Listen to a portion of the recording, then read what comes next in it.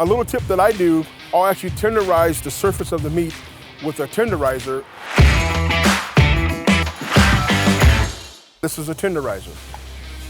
Putting holes in the skin in a tenderizer acts like a postage stamp.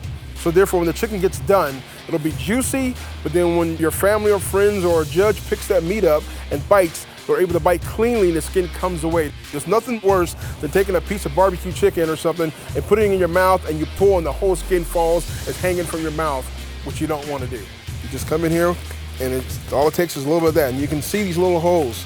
And I do this right before I put it in the brine.